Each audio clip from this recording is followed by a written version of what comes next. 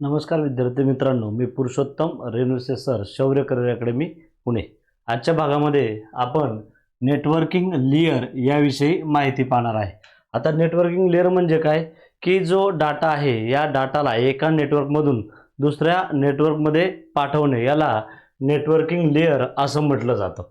संगणक नेटवर्कमधील networking layer म्हणजे डेटाला एका नेटवर्कवरून दुसऱ्या नेटवर्कवर पाठवण्याची जबाबदारी घेणारा जो थर आहे या थरालाच नेटवर्किंग लेयर असं म्हटलं जातं, जो पॅकेट वापरून सर्वोत्तम मार्ग शोधतो आणि लॉजिकल ॲड्रेसिंग करतो। याला नेटवर्क स्तर किंवा त्याला जाळे असं म्हटलं जातं। जिथे आयपी इंटरनेट प्रोटोकॉल मुख्य प्रोटोकॉल असतो, याचे 7 स्तर पडतात। किती स्तर पडतात?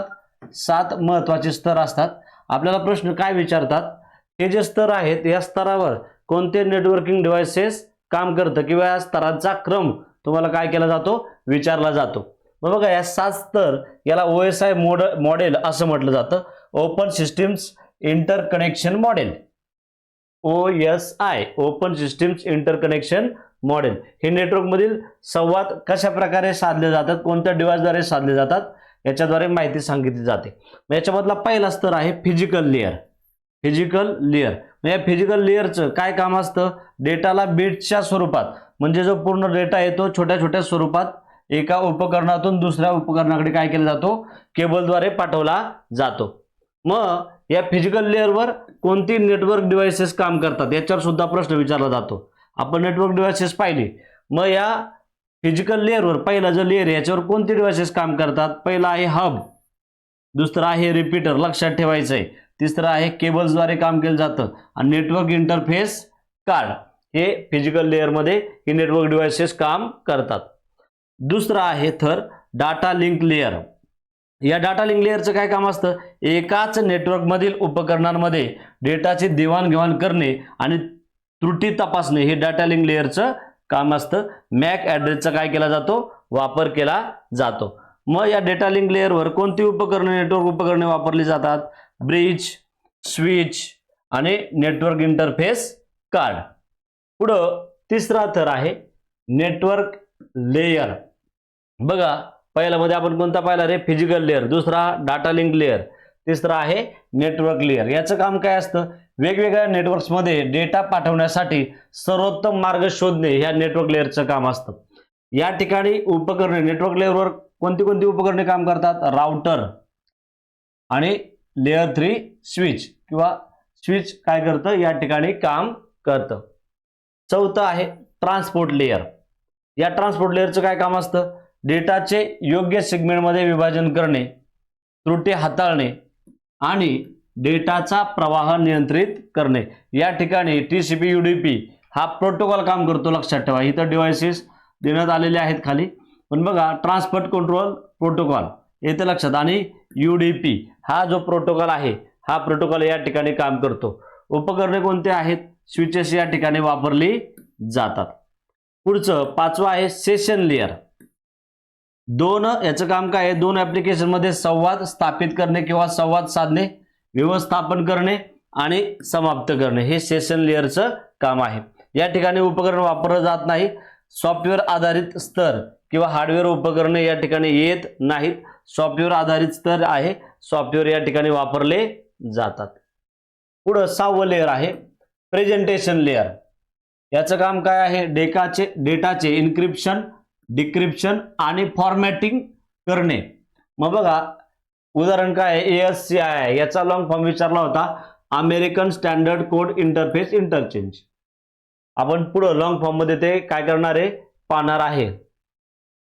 मग याच्यावर उपकरणे काय काम करतं तर नाही, इथं सॉफ्टवेअर पहिल्याच त्या 4 स्तरावरच काम करतात। सॉफ्टवेअर या ठिकाणी काम करतं। कोणतं? ॲप्लिकेशन। बघा 7वं ॲप्लिकेशन लेयर, या ठिकाणी सॉफ्टवेअर काम करतं 6व्यावर। थेट वापरकर्त्यांच्या ॲप्लिकेशनला नेटवर्क सेवा पुरवणे हे काम ॲप्लिकेशन 7वं लेयर काम करतं। उदाहरणाचं काय, वेब ब्राउझर्स, ईमेल क्लायंट। उपकरण नाही, ॲप्लिकेशन स्वतः करतं। या 7 लेयरचा काम काय आहे बघा, विविध नेटवर्क उपकरणे आणि सॉफ्टवेअर मध्ये सुसंवाद साधणे किंवा माहितीची देवाणघेवाण करणे या 7 लेयरचं काम आहे। मग आता 7 लेयरचं जर तुम्हाला विचारलं 1 ते 7 लेअर पर्यंत, तिसऱ्या क्रमांकाला कोणता आहे, चौथ्या क्रमांकाला कोणता आहे, तर ते कसं लक्षात ठेवायचे? माझा एक लॉंग फॉर्म करून ठेवलाय, all people SIM need data processing. याच्यामध्ये बघा ऍप्लिकेशन लेअर, बघा या ठिकाणी पाहता येईल इकडे बघा ऍप्लिकेशन लेअर पहिलं जे आहे, याच्यामध्ये physical layer, data link layer,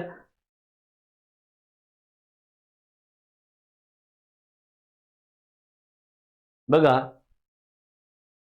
उलट आहे, physical layer, data link layer, त्याच्यानंतर चुकीचं आहे का बरोबर बघू द्या, physical layer, data link layer, नंतर कोणतं आहे, network layer, transport layer, session layer.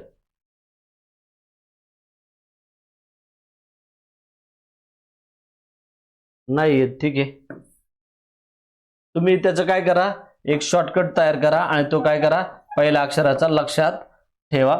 या 7 लेअरचा मुख्य उद्देश काय आहे, विविध नेटवर्क उपकरणे आणि सॉफ्टवेअर मध्ये काय करणे, सुसंवाद साधणे. पुढे महत्वाचं याच्यामध्ये आता वन लाइनर क्वेश्चन जे अनेक एक्झामला विचारण्यात आलेले आहेत त्याच्याविषयी माहिती बघा. ईमेलचा गैरवापर भारतीय दंडविधान कायद्यानुसार कोणत्या सेक्शन नुसार केला जातो, सेक्शन 500 IPC मध्ये सायबर गुन्हा होतो. ईमेलचा गैरवापर भारतीय दंडविधान कोणते, सेक्शन 500 IPC. त्यानंतर हत्यारांची ऑनलाईन विक्रीला भारतीय दंडविधान कायदा आर्मर्स ऍक्ट नुसार काय गुन्हा दाखल केला जातो. मागितल्या नसलेल्या व मिळालेल्या ईमेलला आपण मगाशीच पाहिलं स्पॅम असं म्हटलं जातं.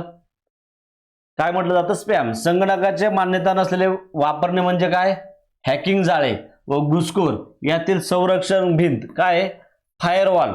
फायरवॉलद्वारे काय होतं, संरक्षण केलं जातं. बघा संरक्षण भिंतीला काय म्हटलं जातं, फायरवॉल म्हटलं जातं. माहिती तंत्रज्ञान कायदा कधीचा आहे, 2000, दिनांक 17/10/2000 पासून तो काय झालेला आहे, अंमलात आलेला आहे. सायबर लॉ ला अनुसरून जी कायदेशीर व्यवस्था पाहिली जाते त्याला सायबर स्पेस असं म्हटलं जातं.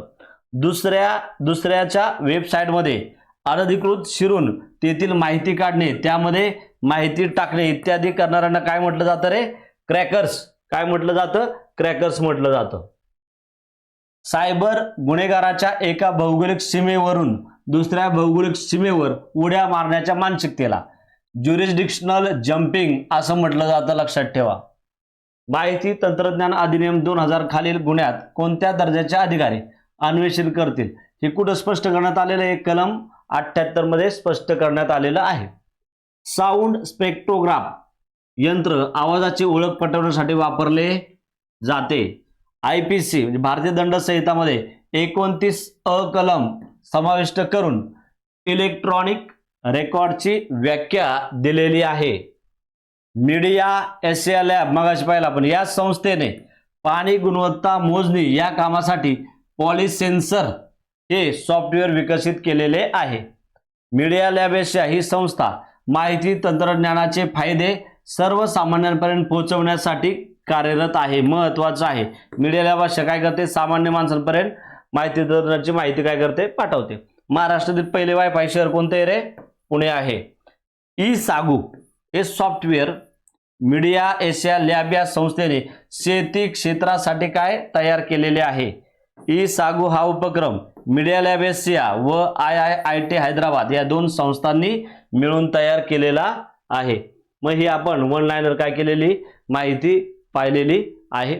पुढची इतर जी माहिती आहे ती आपण पुढच्या भागामध्ये काय करणार आहे, पाहणार आहे. थँक्यू.